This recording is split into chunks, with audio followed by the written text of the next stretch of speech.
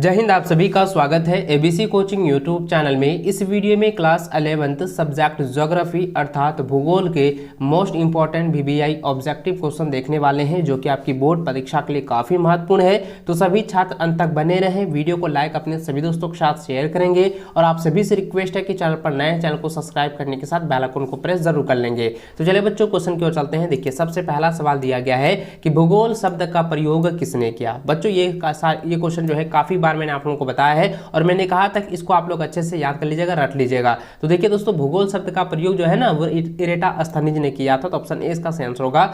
अगला सवाल दिया गया है कि डोडा बेटा चोटी निम्नलिखित में से कौन सी पहाड़ी श्रृंखला में स्थित है। तो बच्चों इसका आंसर आएगा नीलगिरी। ठीक, ऑप्शन नंबर ए इसका सही आंसर होगा। अगला सवाल है कि निम्नलिखित में कौन सी नदी द्रोणी भारत में सबसे बड़ी नदी है। तो बच्चों इसका आंसर आएगा गंगा नदी। ऑप्शन बी इसका सही आंसर होगा। अगला सवाल दिया गया है कि पृथ्वी की उत्पत्ति से संबंधित ज्वारीय परिकल्पना का प्रतिपादन किसने किया। तो बच्चों इसका आंसर आएगा sir James Jeans. Option A इसका सही आंसर होगा। अगला सवाल है पृथ्वी के क्रोड पर कौन से दो पदार्थ पाए जाते हैं। तो बच्चों इसका आंसर ऑप्शन सी निकिल तथा लोहा। इसको आप लोग रट लीजिएगा।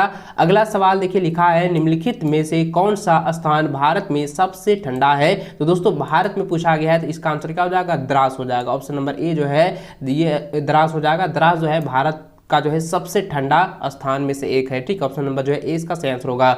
अगला सवाल दिया गया है कि प्रादेशिक भूगोल किस विद्वान द्वारा प्रतिपादित जो है किया गया है। तो बच्चों इसका आंसर आएगा कॉलर रीटर। ठीक, ऑप्शन नंबर जो है ए सही आंसर होगा। अगला है निम्नलिखित याम्योत्तर में कौन सा भारत का मानक याम्योत्तर है। तो बच्चों इसका आंसर आएगा 82 डिग्री 30 मिनट। ऑप्शन नंबर 20 का सही आंसर होगा।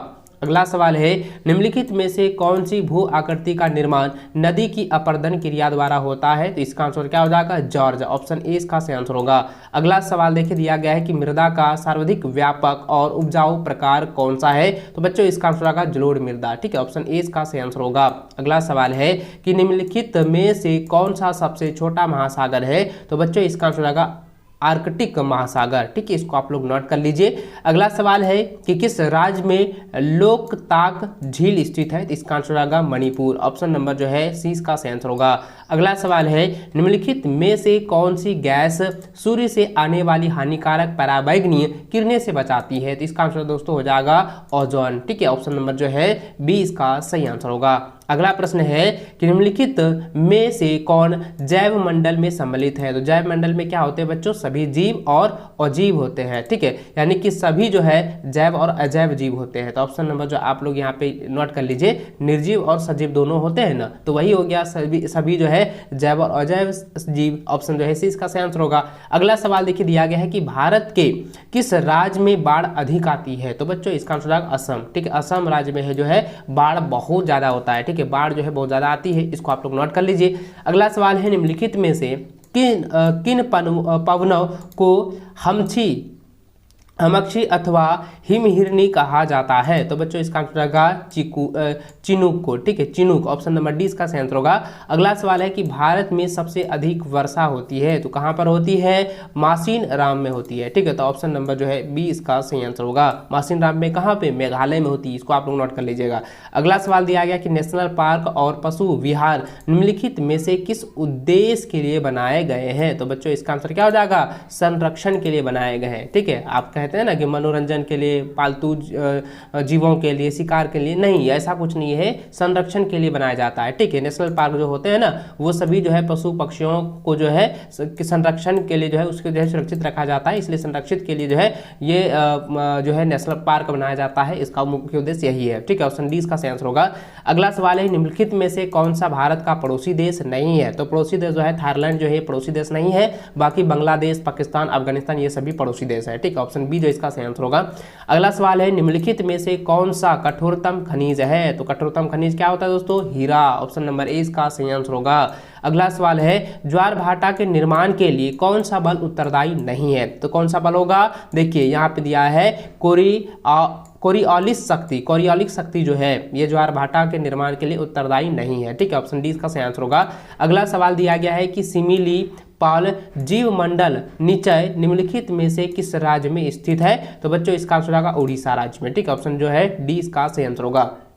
अगला है निम्नलिखित प्रकार के बादलों में से आकाश में ऊंचा बादल कौन सा है? तो सबसे ऊंचा बादल यहाँ पे पूछा गया है, तो सबसे ऊंचा बादल होता है पक्षाब। ठीक है, ऑप्शन नंबर जो है ए इसका सही आंसर होगा। अगला सवाल है कि भूकंप में किस प्रकार की प्राकृतिक आपदा है? तो भूकंप जो है कौन से प्रकार का है? भौगोलिक। ठीक है, याद रखेंगे ये जो है भूमि से संपर्क है ना, तो ये हो जाएगा भौमिक आपदा। ठीक है, इसको आप लोग याद रखेंगे, भौमिक प्राकृतिक आपदा। तो ऑप्शन नंबर जो है 20 का सही आंसर होगा। अगला सवाल है कि चूना पत्थर का रूपांतरित रूप है। चूना पत्थर का रूपांतरित रूप क्या है? संगमरमर। ऑप्शन नंबर जो है ए इसका सही आंसर होगा। अगला सवाल दिया गया है कि निम्नलिखित में से कौन सा अत्यधिक सूखा प्रभावित क्षेत्र है? तो बच्चों इसका आंसर होगा गुजरात का कच्छ। ठीक है, ऑप्शन नंबर जो है ए इसका सही आंसर होगा। अगला सवाल 27 नंबर देखिए, जो कि चित्र से दिया गया है। यहाँ पे देखिए दिया गया है कि दिए गए मानचित्र में कौन सी नदी दर्शाई गई है? तो देखिए यहाँ पे जो है कहता है कि कौन सा नदी जो है दर्शाई गई। देखिए अब यहाँ पे देखिए इस जगह नदी का जो यहाँ पे चित्र दिया गया है, तो ये कौन सा नदी है? नर्मदा नदी है। ठीक है, इसको आप लोग नोट कर लीजिएगा, ऑप्शन सी जो इसका सही आंसर होगा। अगला सवाल है निम्नलिखित में कहां पर दिन तथा रात सबसे बड़ा होता है? तो दोस्तों ध्रुव पर। ठीक है, यानी कि ग्लोब के ध्रुव पर जो है दिन और रात जो है बड़ा होता है। ठीक है, जितना बड़ा दिन होगा उतना बड़ा जो है रात होगा। ठीक है, दोनों समान होता है, तो ऑप्शन सी इसका सही आंसर होगा। अगला सवाल है कि भारत के रेखा मानचित्र में दिए गए मरुस्थल की पहचान कीजिए। तो मरुस्थल कौन सा है? तो देखिए मरुस्थल यहाँ पे ना दिया गया है, तो देखिए ये वाला यहाँ पे जो इंडिकेट किया गया है, तो मरुस्थल ये कौन सा है? तो ये थार है। तो ऑप्शन नंबर जो है सी इसका सही आंसर होगा। अगला सवाल देखिए यहाँ पे 30 नंबर दिया गया है कि इनमें से कौन सा कारक मृदा निर्माण का जैविक कारक है? तो बच्चों इसका आंसर होगा वनस्पति। ठीक है, ऑप्शन नंबर सी जो है इसका सही आंसर होगा। अगला सवाल है कि कपास की कृषि के लिए सबसे अधिक उपयुक्त या उपयुक्त मृदा कौन सी है? तो सबसे अधिक उपयुक्त मृदा पूछा गया है, तो इसका आंसर हो जाएगा काली मृदा, जिसको हम लोग यहाँ पे देखिए ऑप्शन नंबर बी में आंसर दिया हुआ है। और काली मृदा का उपयोग आप लोग याद कर लीजिएगा, उससे रिलेटेड आपके क्वेश्चन दिए जाएंगे आपकी बोर्ड की परीक्षा में। अगला प्रश्न है कि निम्नलिखित में से कौन प्राकृतिक आपदा नहीं है? तो दोस्तों यह जो है परमाणु विस्फोट जो है ये प्राकृतिक आपदा नहीं है, और भूकंप, सुनामी और भूस्खलन ये सभी क्या है? प्राकृतिक आपदा है। लेकिन परमाणु विस्फोट जो है ये मानवों के द्वारा कराया जाता है, मानव निर्मित है, इसलिए यह क्या है? प्राकृतिक आपदा नहीं है। इसलिए इसका सही आंसर क्या होगा? ऑप्शन नंबर डी हो जाएगा, परमाणु विस्फोट। ठीक है, अगला सवाल दिया गया कि निम्नलिखित में से कौन सी गैस भूमंडलीय तापन के लिए उत्तरदायी है? तो बच्चों इसका आंसर हो जाएगा कार्बन डाइऑक्साइड। ठीक है, ऑप्शन नंबर 20 का सही आंसर होगा।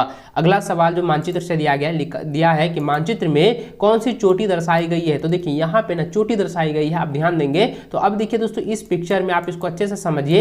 इस पिक्चर में जो है यहाँ पे जो है किस चोटी को दर्शाई गई है? तो दोस्तों यहाँ पे क्या हो जाएगा? ये जो है माउंट एवरेस्ट है। ठीक है, याद रखें, तो ऑप्शन नंबर जो है सी इसका सही और सटीक आंसर होगा, माउंट एवरेस्ट। यहाँ पे एक बार फिर से मैं बता देता हूँ, यहाँ पे देखिए ध्यानपूर्वक देखिएगा, यहाँ पे देखिए ये जो है ना ये चित्र दर्शाया गया है, ये चित्र जो है ये माउंट एवरेस्ट का है। ठीक है, तो ऑप्शन नंबर सी ना जाए इसका सही आंसर होगा 34 का ऑप्शन सी माउंट एवरेस्ट। ठीक है, अगला सवाल देखिए 35 नंबर दिया गया है कि महाद्वीपीय विस्थापन सिद्धांत का प्रतिपादन जो है किसने किया? तो बच्चों इसका आंसर हो जाएगा ऑप्शन नंबर बी हो जाएगा, वेगनगर ने। ठीक है, तो वेगनगर, वेगनर यहाँ पे दिया है सिर्फ वेगनर, तो ऑप्शन नंबर बी इसको याद रखना है। वेगनर ने जो है महाद्वीपीय विस्थापन सिद्धांत का प्रतिपादन किया है। ठीक है, ऑप्शन बी जो है इसका आंसर होगा।